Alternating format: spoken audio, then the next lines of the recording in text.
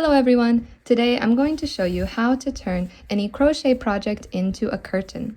This is perfect for if you already have a project that you've finished and you'd like to make it into a wall hanging or a curtain. I already have this filet crochet project and I want it to fit around this curtain rod. So what do we need? We need a curtain rod, the yarn that you made your project with, and a corresponding crochet hook. So I would just use whatever crochet hook is recommended for your yarn. And also I would end your project with a row of single crochet at the top. So first of all, we need to figure out how many chains we need to go from the bottom to the top of our curtain rod. Since I've already made one curtain, I know that the number of chains I need is 5, but let's double check to make sure. 1, 2, 3, 4, 5. And you can just check and see, does it fit from the top to the bottom of your curtain? And if it does, then you have the right number. So just don't forget this. My number is 5, but your number might be different. It might be 4, 5, 6, 7, whatever it is, just don't forget this number. It's very important. All right, but we're going to start by undoing those chains. That was just to test to see what number we needed. If you're like me and you just like to wing it, you can go ahead and start on your project. But if you want to make sure that all the boxes are even, you're going to want to do a little bit of math in the beginning. So to do that, you're going to count the number of single crochets along the top of your project. So go ahead and find that number. And then you're going to divide that number by your starting number of chains plus 2. So for me, I have 189 single crochets all the way across. And I had a starting chain of 5. So I'm going to take 189 divided by 5 plus 2. So divided by 7 for me. And that comes out to 27, which is a whole number, which is what you want. Because if you have a whole number, all of your boxes will be the same size. However, if you come out at a decimal, maybe 0.1 or 0.9, this last box will either be a little bit smaller or a little bit bigger, which is okay. It should still work.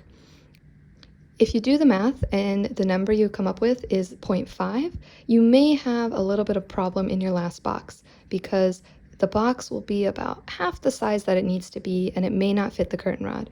So if your number is 0.5, I would recommend going back and maybe adding 1 or 2 chains to that starting chain. If it's a little bit bigger than the curtain rod, that's okay. But if it's too small, then obviously it won't fit and that could be a problem. So go back and add a chain or 2 and do the math and see if you can come up with a whole number. I'm working continuously from my project, so I'm going to chain 1 and turn my work. But if you're just attaching your yarn, then you'll just attach it like normal and chain 1. In the very first stitch, we're going to do a single crochet. And then whatever number you had before, my number was 5, you're going to take that number and multiply it by 3. For me, 5 times 3 is 15, so I'm going to chain 15.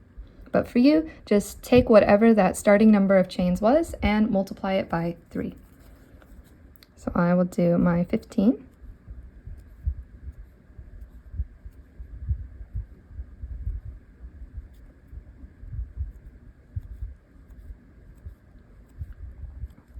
All right, I have 15 chains. Remembering the starting number you had, you are going to skip that many stitches at the bottom. My number was 5, so I will skip 5 single crochets at the bottom. So 1, 2, 3, 4, 5. And I'm going to go into the 6th stitch and do a single crochet. So to start, we did a single crochet, chain your starting number times 3, and then skip the same amount of stitches as your starting number and go into the next stitch, do a single crochet. And then in the next stitch, we will do 1 more single crochet. And now we just repeat. So once again, you're going to chain the same amount that you did here. So my number was 15. I'm going to chain 15. All right, I have my 15 chains, and just like before, we're going to skip that starting number. My number was 5, so I'm going to skip 5 stitches. 1, 2, 3, 4, 5, and go into the 6th stitch and do a single crochet. And then one more in the next stitch, single crochet. So if we take a look here, we've done at the beginning, single crochet, chain your starting number times 3, then single crochet, and once again, your starting number times 3, chain. And you're going to skip the same amount as your starting number. So I skipped 1, 2, 3, 4, 5, 1, 2, 3, 4, 5. And again, your number will probably be different. I don't know. Your curtain rod might be a different size. So just as long as it fits around your curtain rod, it is good. So at this point, you can check and see, does this fit around your curtain rod?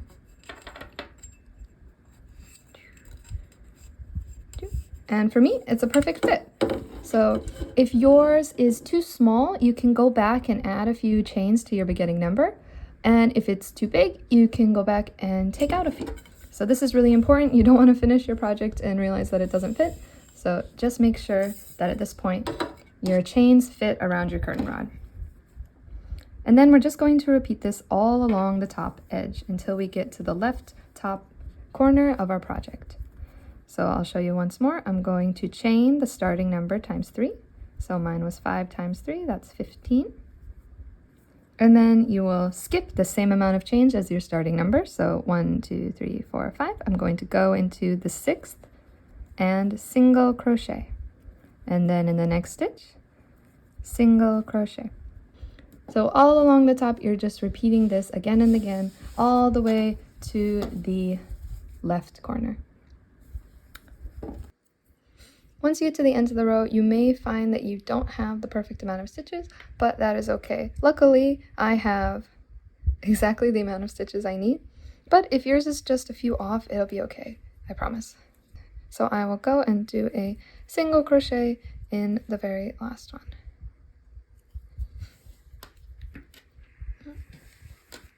So now we are going to chain 1 and turn our work, and we will start to make our boxes. To start our boxes, we need to slip stitch in a few of these chains along the edge. How many chains we slip stitch into is your starting number minus 1.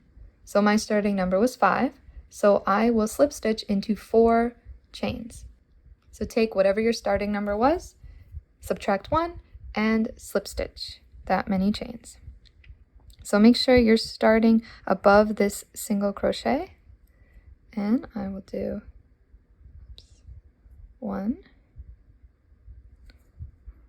2, 3, 4. So once you finish your slip stitches, in the next chain, you're going to do a single crochet. Now that I've finished my slip stitches, I'm going to single crochet into each chain along the top of each box. So we will connect each of these chain spaces in order to make boxes. So I'll show you how to do that. We need to find out how many single crochets we need to do. So that number is your starting number plus 2. I started with 5, so I will do 7 single crochets along the top of each of these chain spaces. So I've already done 1. I need to do 6 more. So I'll do 2, 3, 4, 5,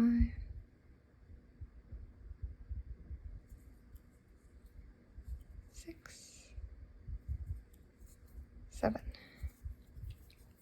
All right, so let's double check. 1, 2, 3, 4, 5, 6, 7 single crochets. You want to make sure that the amount of chains you have left here is the same as the amount you slip stitched here. So that was your starting number minus 1. So I did 4 slip stitches. I should have 4 chains left. So let's see. 1, 2, 3, 4. And I do. Now for the next box, we're going to skip that same amount of chains that we did here. So I skipped 4. I'm going to skip 1, 2, 3, 4 and go into the 5th chain and do a single crochet. This is our starting number, right? So I skipped 4 here, I'll skip 4 here, and then I'll go ahead and do the same amount of single crochets that I did here in this box. So again, this is your starting number plus 2. So I'll do 7 single crochets. I've already done 1, so I'll need to do 2, 3, 4, 5, 6, 7. Once again, I should have the same amount of chains here that I do here. So I have 4 chains here, I have 4 chains here. And then, once again, I'm going to skip the same amount of chains and go into that starting number. So I'm going to skip 1, 2, 3, 4 and go into the 5th one. And once again, I'm going to do the same thing. You're going to do the same thing in every single box. So I've done 7 here, 7 here, 7 here. I'll just do that all along this row.